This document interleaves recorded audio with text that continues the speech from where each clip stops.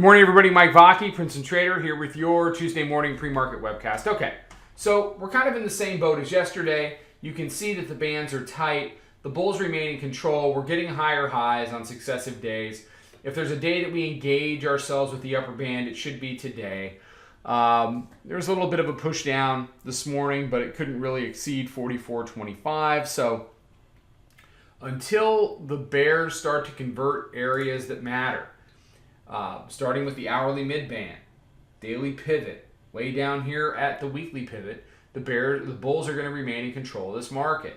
You can see yesterday you had hourly mid-band support. There was just very little interest in moving it down. The daily pivot has held it overnight. We went up and did 51.75.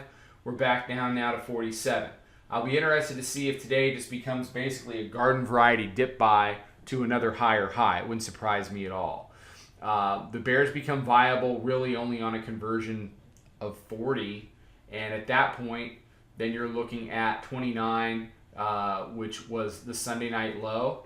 They've dug themselves, they being the bears, into a pretty big hole here. It's a pretty severe hole, and it's going to take some time for them to dig out of it. I mean, they have given up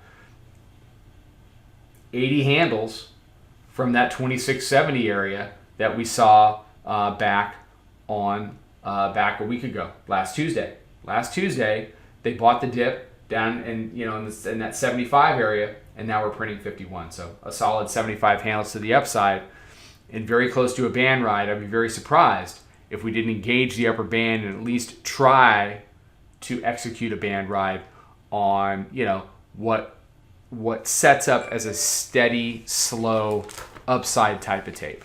All right, everybody have a fantastic day. We open in about 13 minutes, so I want to get this up and posted. I'll have some stuff out on social later. Trade them well, and I'll talk to you then.